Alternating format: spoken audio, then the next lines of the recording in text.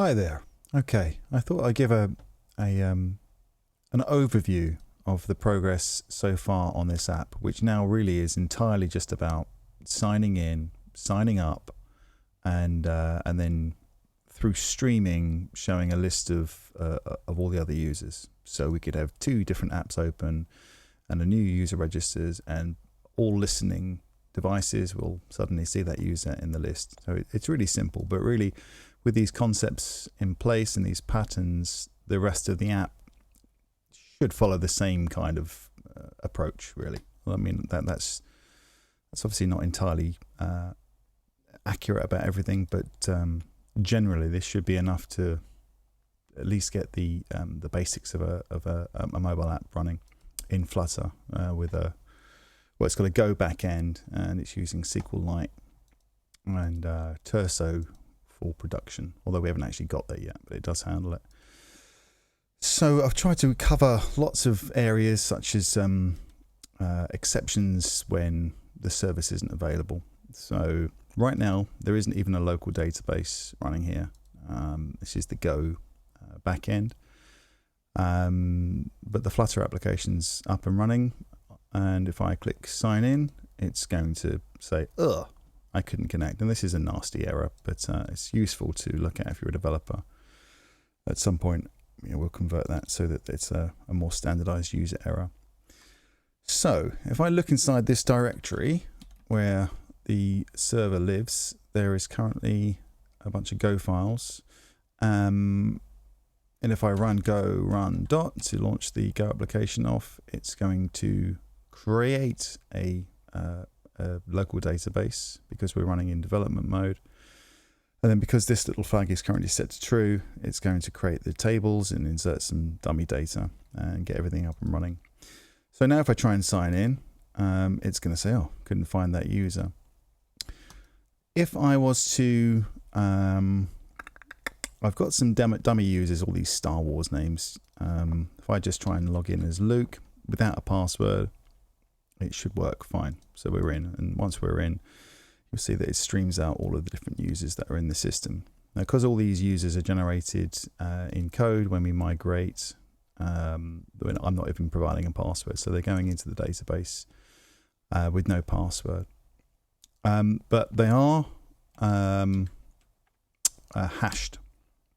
So if I say select star from users, you can see there's Luke and Leia and then these hashed passwords, which is just a hash of an empty string, so it still works.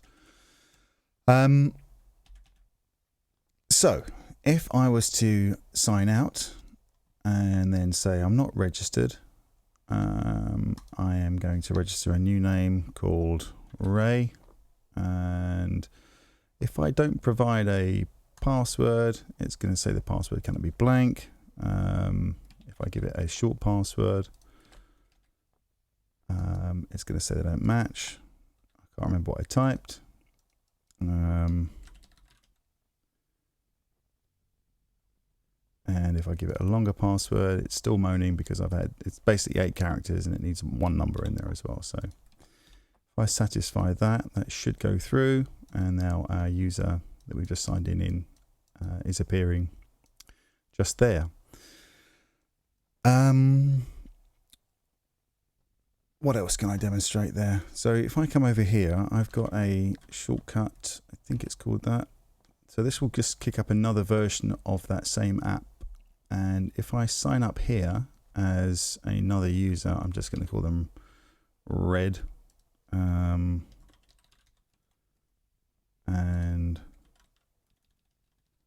provide a password. Did I forget the one?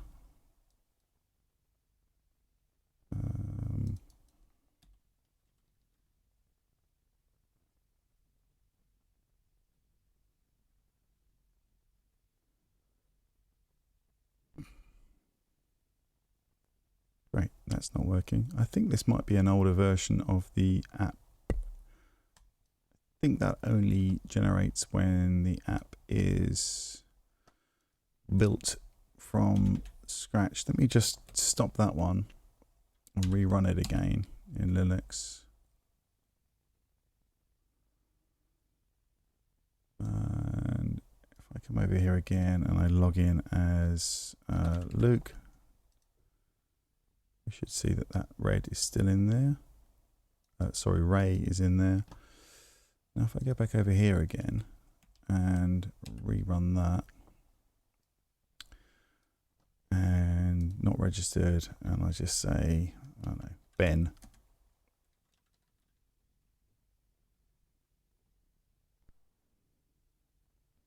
Okay, well that's working. I just can't type. So as soon as we press sign up here, it's going to add the user and it's going to have broadcasted it across to anyone that's listening to this stream. So it appears straight away. That's not particularly useful for looking at your list of users, but again, the concept is what I'm trying to prove.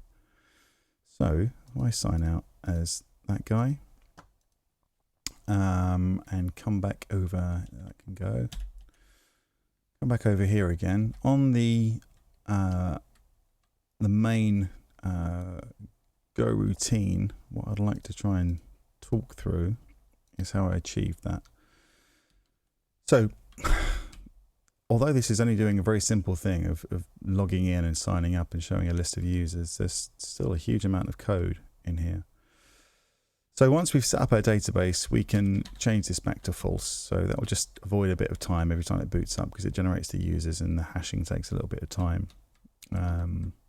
But other than that, the database is ephemeral. It's okay to be trashed every single time. We've got a data structure for our server that contains a reference to a GRPC server. So we're using GRPC instead of regular kind of REST. I just find it much better, and it just ties in so nicely with Go and with Dart. So our server has got a reference to that. It's also got a channel that we can use to communicate messages through via streaming. So that's how the users are coming down through the stream. We've got a map of clients. So the clients are basically this mobile app or the other one I booted up, different connections. And the key to that is the reference to the user specifically. And each of those has got a reference to the particular user that they belong to. So it might be useful. I think we're using it in a console.log. So we've got a reference to the database, which is a local one. And we've got a reference to the local path of the database. And a mutex to use in conjunction with the client's map to avoid any issues with potentially locking issues. Okay, so our environment variables are going to be grabbed out of the bash RC script I've got. That's all standard stuff. We're not even using Turso in this example. The gRPC port, there's a couple of certs that were generated for creating the credentials to go to the gRPC server, which both the client and the server are using different files out of that.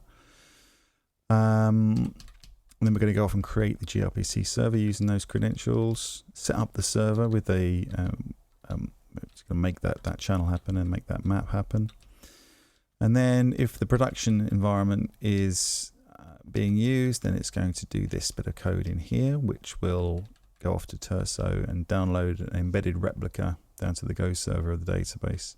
I haven't played around with that too much, but soon found out that it's much better to have the development done locally. So hence, if the environment is set to development, it's going to run this command, which will connect to, and if it doesn't exist, create a SQL-like database inside the local directory, which is what's just happened.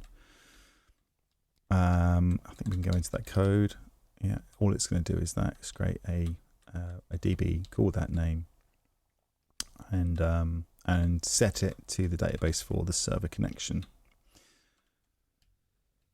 Now that field at the top that will generate all the tables and dummy data, if that's true, then it will run this bit of code. So this is outside of the loop from production. So as long as you never run this code on production, well, even if you had that field set on true in a production environment, as long as the environment variable is protected set, then you're protected from trashing your database, which would be bad.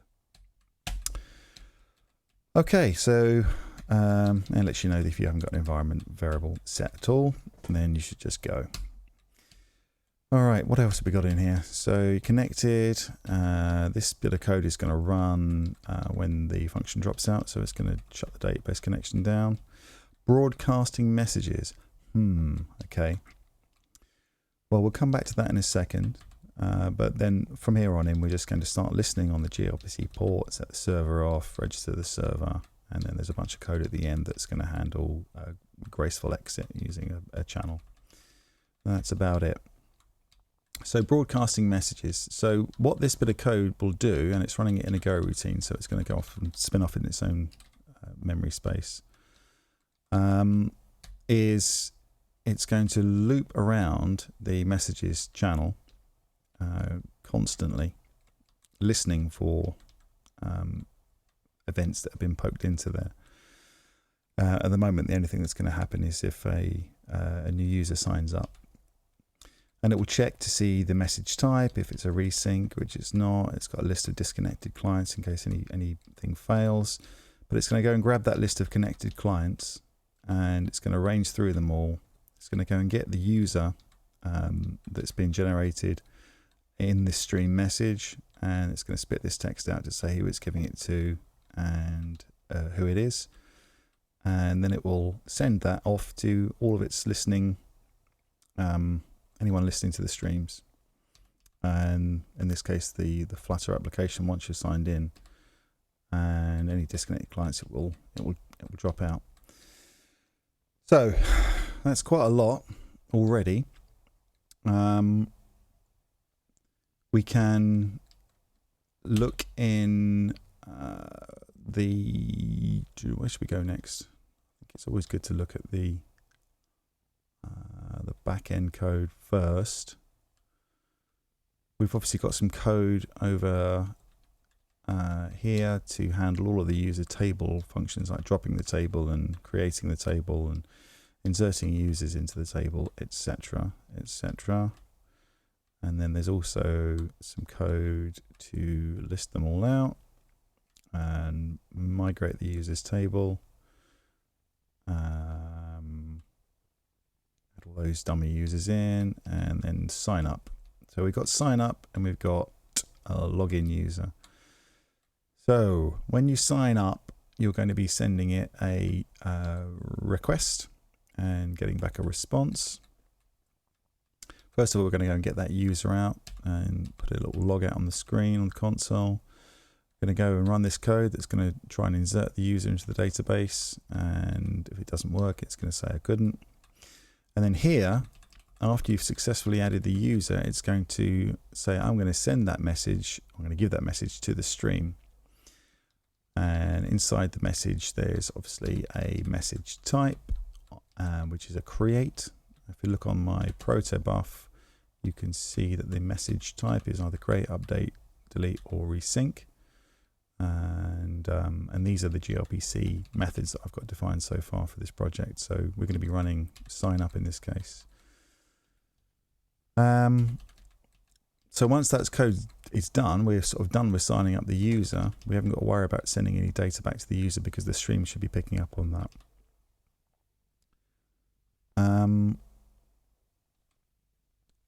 Pardon me, and we do send the only bit of data we send back is the actual user. So that's going to be pretty much similar object to what was sent up in terms of your username. We're not using email address or mobile number. It's still just testing. So you just put in your name, which obviously isn't a good idea for a username, as it's not unique. But we can see that we're sending back inside the response the user. Obviously that user will also have the user ID that the database is going to be providing.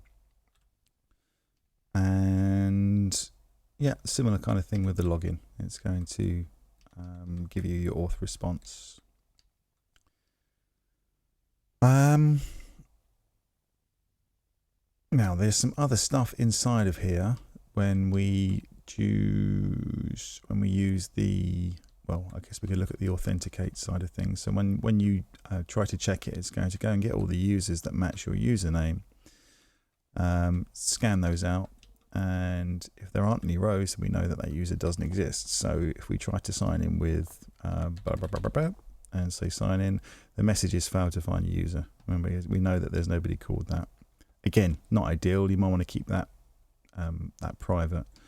But if we do Han, and we know that Han's password is blank, so if we put something else in, it's failed to authenticate. So that is because it's dropped down to here, because the password was incorrect. We've got a hashing algorithm going on as well. Probably best to look at the sign up screen. When you do a sign up, we're going to do insert user. So at this point, the user record, and again, if we look at the user, we've got just a user ID, a username, and a password. So this code is going to take the password that's been typed in, and it's going to hash it, which is going to look like that using the crypto. And there's another function in there called check, which obviously does it the other way for when you're signing in. But it's going to insert that hashed password in the database, which is why those records, when I did the select statement, are all hashed, which is good. This is obviously going to grab the last insert ID as well. One thing to note here, that SQLite seems to only be doing int 64s and rather just using 32s. So there's potentially an issue here at some point in the future when there's a trillion users, which is never going to happen. Yeah. Set the user ID and you're done. Where was we? Lost my train of thought. And then when you're trying to log in, it's going to run this authenticate code. So you're going to have the same sort of thing, which is going to check the password hash to say if it's correct or not. And that's about it for the Go backend.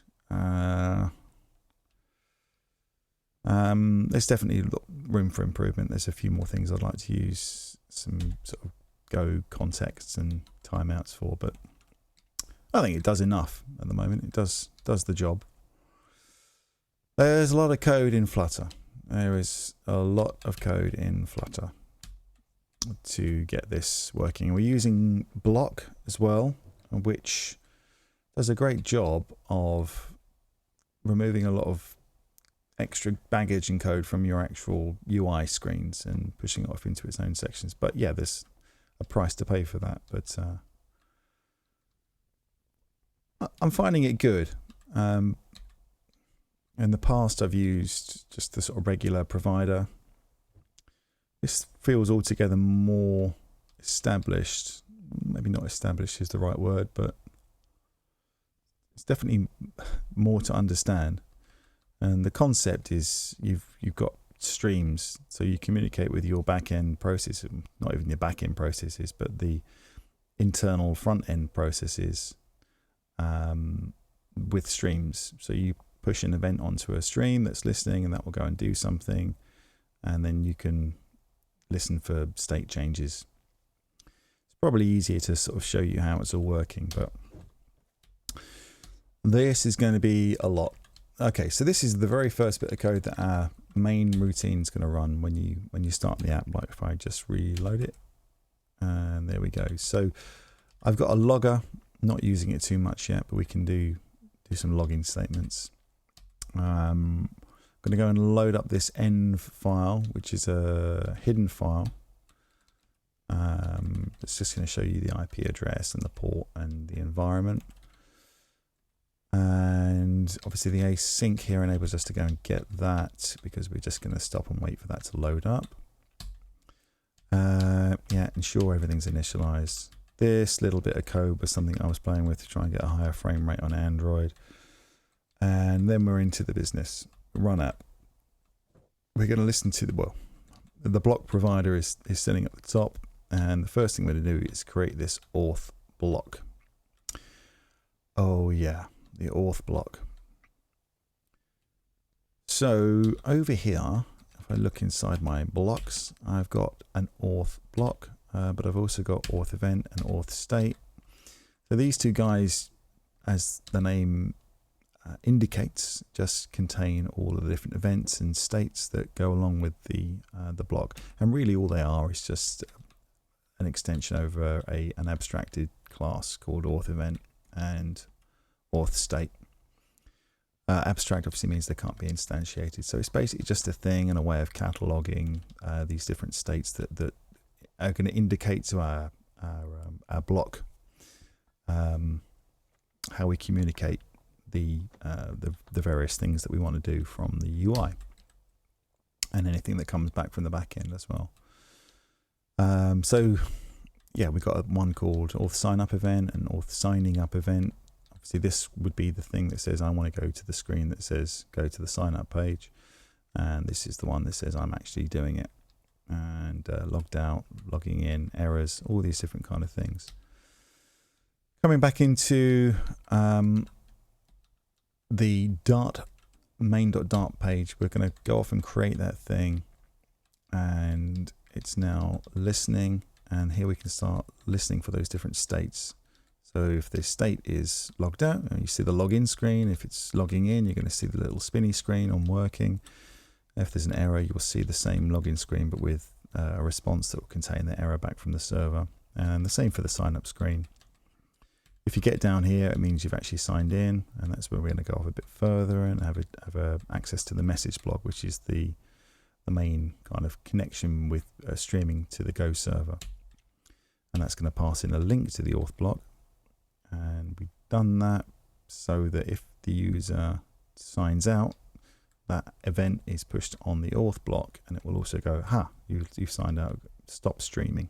So it kind of shuts this thing down gracefully. And then you also have access to the user block, which really should be called the user list block. Similar kind of thing. And then the logged in app is now where the sort of UI takes over. So, if you look at the auth block screen, page, code, first thing we're going to do is we're going to require a GRPC repository. And what this is going to go and do is instantiate a connection to the backend server so it can start speaking.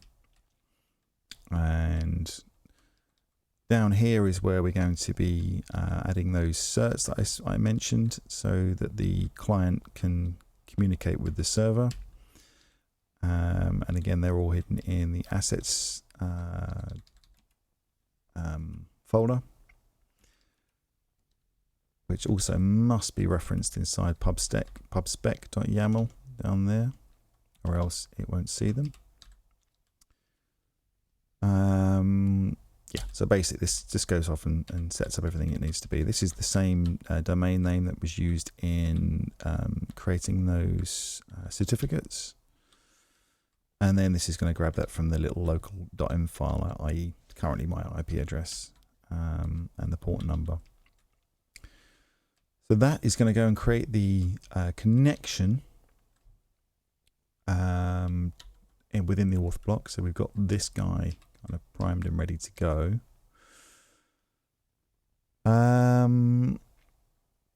Yeah, so at that point, it's now really just listening for events, listening for various things that it should be doing. And when it gets one of those, it can emit out on this emitter the state that should go along with that event, but as a subsequent output of that event happening. For example, when we go into the main page, the auth block is, now I'm thinking on my feet because I didn't make any notes, the auth block. Yeah, okay, so there's a super. So the very, very initial state is auth logged out. So this is by default what will kick off. So when this renders, it will say, the state that goes along with that is auth logged out. So when we come down here, this state is going to be auth logged out. Therefore, auth logged out will, then there it is. It's going to render the login screen. And the login screen is what you see over there on the right. So this is going to have a response for handling any log out or login or any kind of server responses to this screen. We've got stateful widget, so we've got a couple of bits of state in here where we're recording a text editing controller for the username and the password. When the state is initialized, it's going to check to see if the response was set. So it doesn't have to be set, and it wouldn't be by default, but if you fail to log in, part of that process is going to resubmit or re-render this widget, but with some state. And if it is, then we want to basically keep the same username, because it would be annoying if I tried to log in as Han and I put in a password and it failed, but then Han has gone. We want Han to remain because we just want to type our password in again. Where are we? Right, okay. And then we've got some standard. I'm using Cupertino for the first time here to try and make it seem a bit more Apple-y. Some things are good, some things are bad. Anyway, so we've got a list of things. Obviously, we've got a logo that I've currently hidden, the sign-in box, and a Cupertino text field, and that's the username one with the username controller. So every time you make some change to that state, it's going to appear in username controller, and we can get to it using username controller.text. Same with the password. Obviously, we've got the obscure text set to true, so you can't see it. A couple of spaces, and then the big sign-in button. So from our UI, when we press the sign in button, it's going to add, in other words, push this this thing here, which is an event that we looked at earlier, which takes some state of a protobuf user, and here's the username from the text box, and here's the password from the, did I say text box? I'm going back to Visual Basic. Username controller and password controller. Not registered is just going to issue the auth sign up event, which will then take you onto that screen there using the similar kind of method, because inside the main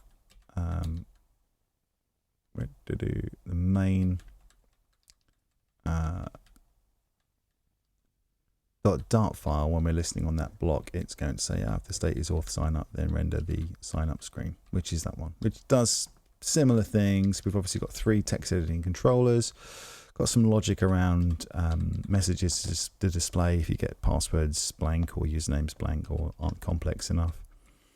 All of that good stuff, but ultimately it does a very similar thing that takes some data on the screen and sends it off to a server response. With a backend that we've already been looking at. There's some regex stuff here to check the passwords. I'm sure that could be improved a bit more. But then if all is good, it's going to push that event off to the block and let it get on with it. So if we look at the block again for the auth screen, we're going to see here for when an event of type auth logging in is received, it's going to first of all emit auth logging in, which is this thing, it's the state. So this is the user that's trying to log in, and that will give us the little spinny screen immediately so that the user gets some feedback. And then immediately after that, it's going to try and run this function login user asynchronously, and it's passing off the event and the emit. So login user is going to define a response. It's going to try and access the auth repository, which is going to in turn try and run this GRPC request, which is called login user, which corresponds exactly, bit too far, to this login user, which takes a request and returns a response. Okay. This, I've done quite a bit of work to try and make sure that there's not any nasty glitches when there's no internet or when services are down. So if this thing takes more than 5 seconds, you'll get a timeout exception rather than it just spinning forever, which occasionally can happen, and it's just really annoying. Similar kind of thing for when you sign up. And when you do sign up, it immediately logs you in because you've just provided the authentication that you need. Right. What happens after that?